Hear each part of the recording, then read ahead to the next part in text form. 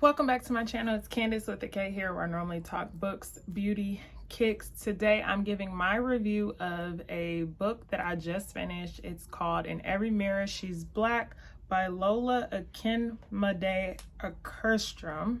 I hope I didn't butcher her name. But I've got a lot to say about this book. So if you're interested in hearing my review, please keep watching. So we're talking about In Every Mirror She's Black. Honestly, great book. So I was given an advanced reader copy of this book. It is set to release on September 7th. I believe it's September 7th. This is a story that follows the life of three different women who are all Black women at different points in their lives, but it talks about their experiences living in America and internationally. So it gives a global woman's perspective, and I think it's excellent. This review will have spoilers, so from this point on, I'm just letting you know there are going to be spoilers in this review. I'm going to give my whole rundown of what I feel and what I think about this book, and so if you're interested in hearing that, keep watching. There's three characters in Every Mirror She's Black. You have Muna, who is a Somalian woman. I believe she's from Somalia. But she's a refugee trying to find a better way of life for herself. She witnessed her lover set himself on fire, and now she's just trying to better herself. Then you have Kimmy, or Kimme, who is a very established marketing exec here in America. She is hunted by this Swedish company to kind of rebrand and remarket their image. Yet she gets overseas to Sweden and she realizes that she's, the token hire at this point. And she then has to navigate that, as well as dating and really having every other part of her life intact except for her love life. And then you have Brittany. So there's these three women. Brittany is the last one. And Brittany is a flight attendant who meets this wealthy man on a plane, and he courts her, falls in love with her. She uproots her life to be with this man, like was in a relationship and everything, uprooted her life to be with this man, and then she feels very isolated and alone because she then moves to Sweden. So the connection between the three women is the man that Brittany ends up with. His name is Johnny Van Luden.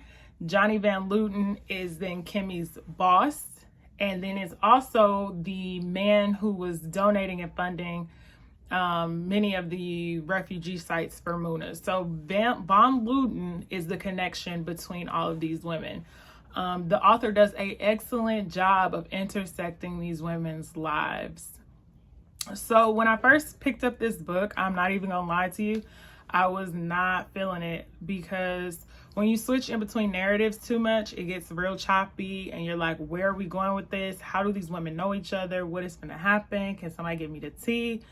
And then somewhere it just did a switch, and then you started to pick up the pieces of where the story overlaps. What I appreciated most about this book is that it provided a global narrative and a global perspective to the experiences of Black women. So as a Black woman in America, I'm not that familiar with what it's like for Black women elsewhere. It's an assumption that we all have this collective experience, that we all live this way, but you really don't know. And it was very nice to see that there was this narrative of women at all different levels in their lives, and how they were still constantly seeking something else, or they were having to navigate these certain things. So let's really get into it here. Okay, so my favorite character was Kimmy, I hope I'm saying that right. So she, marketing exec, careers on fleek, doing what she needs to do, balling out, but she can't find romance. Yet she gets to Sweden and she falls in love with the barista, and her sister makes the comment like, don't leave America for an electrician to go to Sweden and get an electrician. Like, duh, we all want a man with a bag, but like sometimes you have to jeopardize or sacrifice those kinds of things for love. I don't agree with that message, but sometimes it's necessary. What was kind of bizarre as I was reading it was that, so Johnny Van Luden is her boss, and his best friend tries to insinuate that he had a fetish for Black women, which comes out in the book, shock value. And he started to fall for Kimmy too, and tried to kind of play her. Like, as you're reading it, you'll see that he tried to play her towards the end, like he was really just trying to use her for sex. And I think that's kind of messed up, because he was playing real hard. He was coming real hard body, and then when she turned him down, because it's like you have a whole wife at home, all of a sudden he wanted to flip his script. That, I was like, they would do that. And I'm talking about these colored people. So that was crazy. I think Brittany's story of like, okay, I've got my fairy tale romance where you end up with this man. They fell in love very quickly. He flew her to Sweden. She started her life. She had the world at the palm of her hands, had his baby that he insisted be named Maya, only for Maya to be the first Black woman that he fell in love with, and that he ended up losing the baby that he wanted to have. And so that's kind of messed up in the sense that you were insisting that I name my child Maya when you had such strong ties to that name and that person, which kind of just disregards me, because you're not taking into account that this is a whole new life that you created with me. I'm speaking as if I'm Brittany. It's kind of messed up, and it's kind of like not okay. And I think his family tried to warn her, and to the point where her sister had to be like, okay, Mama was starting to threaten her money behind, like, you need to know the real tea. And I don't know if it was a little bit of racism, a lot of racism, that the family probably didn't want him to be with another Black girl, or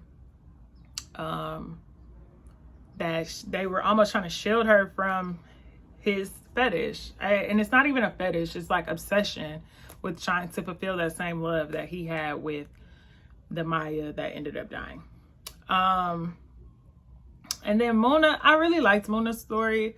I think it was very heartfelt, it was very sincere. And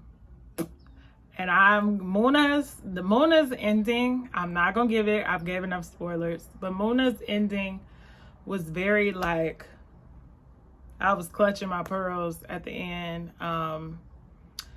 And yeah, I think it's very greatly well written.